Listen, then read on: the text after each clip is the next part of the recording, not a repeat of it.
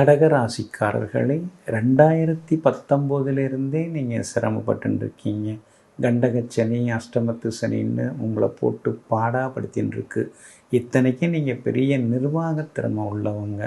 எந்த ஒரு பிரச்சனை எடுத்தாலும் உடனே தீர்வு காணணும், அதுக்கு விடை காணணும் அப்படின்னு எப்பொழுதுமே துடிக்கிறவங்க. எல்லாரை விட நீங்கள் சுறுசுறுப்பாக இருப்பீங்க.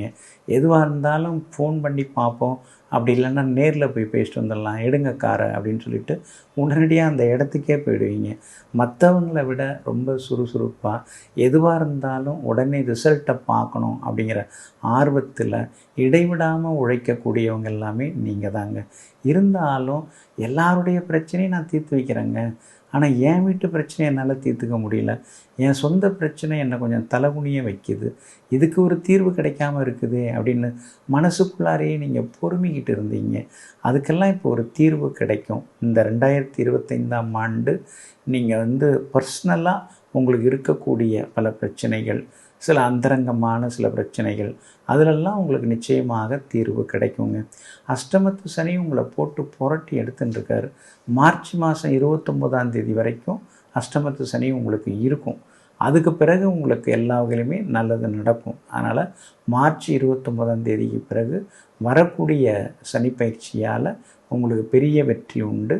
5 வருடத்துக்கு பிறகு இப்போ தான் கொஞ்சம் நிம்மதியாக மூச்சு விட முடியுதுங்க, இப்போ தான் கொஞ்சம் நிம்மதியாக இருக்குது அப்படிங்கிற நிலைமை உங்களுக்கு அடுத்ததாக வர ஆரம்பிக்கும்.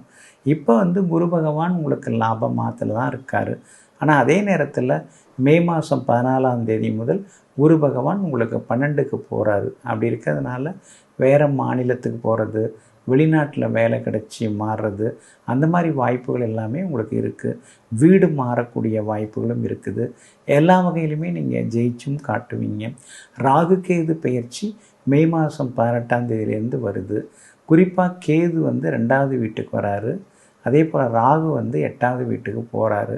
அப்படி இருக்கிறதுனால கூடா பழக்க வழக்கங்கள் வராமல் கொஞ்சம் பார்த்துக்கணும். காரியம் ஆகணும்போது கையெடுத்து கும்பிட்றவங்க காரியம் ஆன பிறகு காலவாரி விட்டுறாங்களே அப்படிங்கிற மாதிரியான சில நட்புகளும் வரும், அந்த ஆதங்கமும் இருக்கும். அதனால் அப்பப்போ வேலை ஆகணும்னு நினச்சி சிரித்து பேசி ரொம்ப பாசம் காட்டுறவங்கள்ட்ட, போலித்தனமாக நடிக்கிறவங்கள்ட்ட கொஞ்சம் நீங்கள் கவனமாக இருந்துட்டிங்கன்னா இன்னும் கொஞ்சம் நலமாக இருக்குங்க. மற்றபடி இந்த வருஷம் பிறக்கும் பொழுது உங்கள் ராசிநாதன் சந்திரன் பலமாக உட்கார்ந்துருக்காரு. உங்களுடைய 6வது ராசியில் தான் இந்த வருஷம் பிறக்குந்திருக்கு. அப்படி இருக்கிறதுனால கடன் பிரச்சனைகளெல்லாம் கொஞ்சம் கொஞ்சமாக நீங்கள் வெளியில் வந்துடுவீங்க. பேங்க் லோன் புதுசாக கிடைக்க வாய்ப்பு இருக்குது. அதிக வட்டிக்கு வாங்கியிருந்த கடனெல்லாம் கொடுத்து முடிப்பீங்க. எல்லா வகையிலும் ஜெயிப்பீங்க. வியாபாரத்தில் கூட நீங்கள் திடீர்னு லாபம் உண்டு, அதிகமாக சம்பாதிப்பீங்க. உத்தியோகத்தில் எதிர்ப்புகள் தெரிவித்தவங்களே உங்களுக்கு அடுத்தது ஆதரவு தெரிவிக்கிறதுக்கு வாய்ப்பு இருக்குது. பிள்ளைகளால் சந்தோஷம் உண்டு. மகளுக்கு நல்ல வரணமைய வாய்ப்பு இருக்குது.